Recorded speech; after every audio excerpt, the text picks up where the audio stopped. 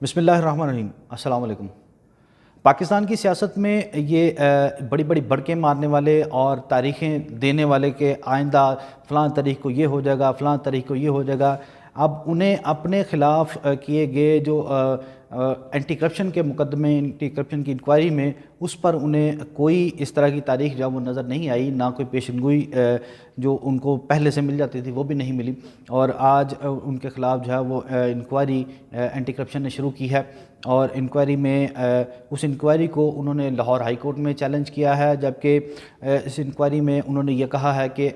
149 کنال زمین جو کہ رائل ریزیڈنشیا کے ساتھ معاہدے میں فروخت کی تھی، اور اس کا انہوں نے اس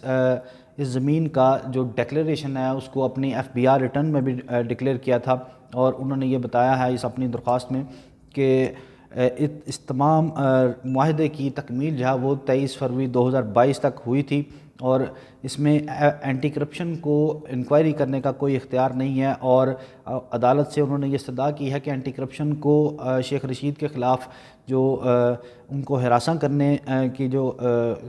ہراساں کرنے سے روکا جائے، اور اس کے ساتھ ساتھ انہوں نے یہ بھی استدعا کی ہے کہ ان کے خلاف جو انکوائری شروع کی گئی ہے اس کو غیر قانونی قرار دے کر کالعدم کیا جائے۔ یہ تو بات ہوگی کہ عدالت میں انہوں نے عدالت سے رجوع کیا ہے۔ جو سوشل میڈیا پہ شیخ رشید کے کردار کے حوالے سے باتیں چل رہی ہیں، اور خاص طور پر تحریک لبیک پاکستان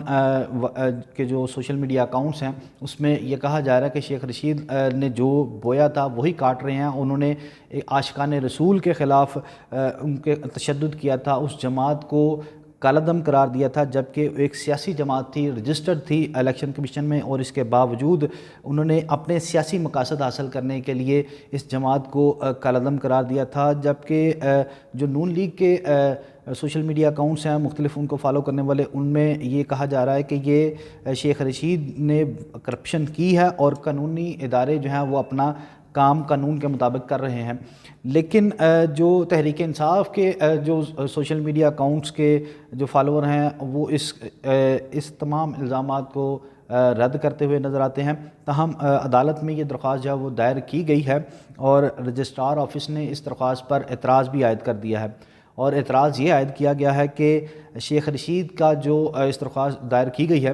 اس میں ان کا بیان حلفی جو ہے اس پر ان کے دستخط موجود نہیں ہیں، اور رجسٹرار آفس نے اس درخواست کو ان کے وکیل کی استدعا پر بطور اعتراض کیس جو ہے وہ کل سماعت کے لیے پیش کیا ہے، اور قائم مقام چیف جسٹس ملک محمد شہزاد احمد کی منظوری کے بعد اس کیس کو کل سماعت کے لیے جو ہے وہ بطور اعتراض کیس مقرر کیا گیا ہے۔ اور اس کے ساتھ آج لاہور ہائی کورٹ میں صحافی عمران ریاض ان کو لاہور سول لائنز تھانہ سول لائنز کے مقدمہ سے ڈسچارج کرنے کے خلاف درخواست جو ہے وہ پنجاب حکومت کی جانب سے دائر کی گئی تھی، اور اس میں معمول کی کارروائی جو وہ ہوئی، اور عدالت نے اس پر نوٹس جاری کی ہیں۔ اس میں اہم بات جو ہوئی وہ یہ تھی کہ عدالت کے روبرو ایڈیشنل پروسیکیوٹر خرم خان نے انہوں نے یہ کہا کہ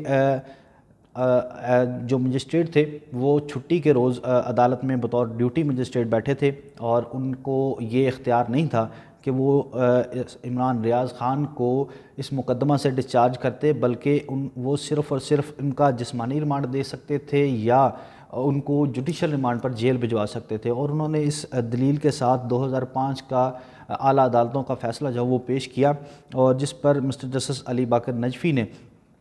بڑے انٹرسٹنگ ریمارکس دیے کہ اس کی 2005 تک جو ہیں وہ عدالتیں چھٹی کے روز نہیں کھلتی تھیں، اب عدالتیں چھٹی کے روز کھلتی ہیں۔ تو خرم خان جو کہ ایڈیشنل پروسیکیوٹر جنرل پنجاب ہیں، انہوں نے کہا کہ جی بالکل عدالتیں تو اب رات کو بھی کھلتی ہیں۔ تو یہ آرگومنٹس جو تھے، اور اس کے بعد عدالت نے ان پہ یہ بھی سوال کیے کہ یہ جو فرانزک کے لیے ویڈیو کی بات کی جا رہی ہے کہ وہ USB میں تفتیشی افسر کو دی گئی تھی، وہ ویڈیو جو ہے وہ کس تاریخ کو بھجوائی گئی تھی، تو وہ اس پر بھی عدالت کو مطمئن نہیں کر سکے۔ انہوں نے یہی کہا کہ یہ تفتیشی افسر کو معلوم ہوگا کہ وہ کس تاریخ کو اس نے بھجوائی ہے، اور عدالت نے بہرحال اس پہ 19 جولائی کے لیے صحافی عمران ریاض کو نوٹس جاری کیے ہیں، اور یہ ہدایت کی ہے کہ وہ اس پر اپنا جواب جو ہے وہ جمع کروائیں۔ اور اس کے ساتھ ساتھ عدالت میں کل وزیر اعظم پاکستان میاں شہباز شریف کے اور وزیر اعلیٰ پنجاب میاں حمزہ شہباز کے خلاف منی لانڈرنگ کا مقدمہ کی سماعت ہے اور اسپیشل کورٹ سنٹرل کے روبرو یہ کیس جو ہے وہ سماعت کے لیے مقرر ہے اور اس کیس میں فرد جرم جو ہے وہ عائد کی جائے گی اور عدالت نے یہ کیس جو ہے وہ فرد جرم کے لیے مقرر کر رکھا ہے اور اس پر ان پر الزام ہے کہ شہباز شریف اور دیگر ملزموں نے اس کے اربوں روپے کی منی لانڈرنگ کی ہے اور اسی وجہ سے ان کے خلاف جو ہے وہ چلان عدالت میں پیش کیا گیا ہے۔ لیکن ہماری اطلاع ہے کہ کل شہباز شریف جو ہے وہ عدالت میں شاید پیش نہ ہوں کیونکہ اسلام آباد میں کابینہ کا اجلاس ہے اور اس کے پیش نظر ان کی حاضری سے استثناء کی درخواست جو ہے وہ دائر کی جائے۔ حمزہ شہباز کے بارے میں یہی اطلاع ہے کہ ابھی ان کی جانب سے کوئی کنفرم نہیں ہے کہ وہ پیش ہوں گے یا نہیں ہوں گے، زیادہ امکان یہی ہے کہ وہ پیش ہو جائیں گے۔ اور اس کے ساتھ ساتھ بڑی اہم بات ہے کہ حمزہ شہباز اور شہباز شریف کے وکیل جو ہے امجد پرویز ایڈوکیٹ وہ بھی جنرل ایڈجمنٹ پر ہیں اور لاہور ہائی کورٹ میں انہوں نے درخواست دے رکھی تھی کہ وہ یہ گرمیوں کی چھٹیوں کی وجہ سے وہ جنرل ایڈجمنٹ پر ہیں اور وہ عدالتوں میں پیش نہیں ہوں گے اور لاہور ہائی کورٹ نے ان کو اس حوالے سے جنرل ایڈجمنٹ جو ہے وہ بھی دے رکھی ہے اور یہ کل یہ امکان ہے کہ شہباز شریف کی جانب سے حاضری سے استثناء کی درخواست جو ہے وہ 1 روز کی دائر کی جائے گی اور امجد پرویز ایڈوکیٹ جو ہیں وہ چونکہ دستیاب نہیں ہیں اور ان کی جانب سے التوا کی درخواست جو ہے وہ دائر کی جا سکتی ہے۔ لیکن اس میں قانونی نقطہ یہ ہے کہ اگر کوئی اس فرد جرم کے سٹیج پر کوئی ملزم عدالت میں پیش نہ ہو اور عدالت اس پر پھر فرد جرم جو ہے وہ عمومی طور پر دیکھا گیا کہ نہیں عائد کی جاتی کیونکہ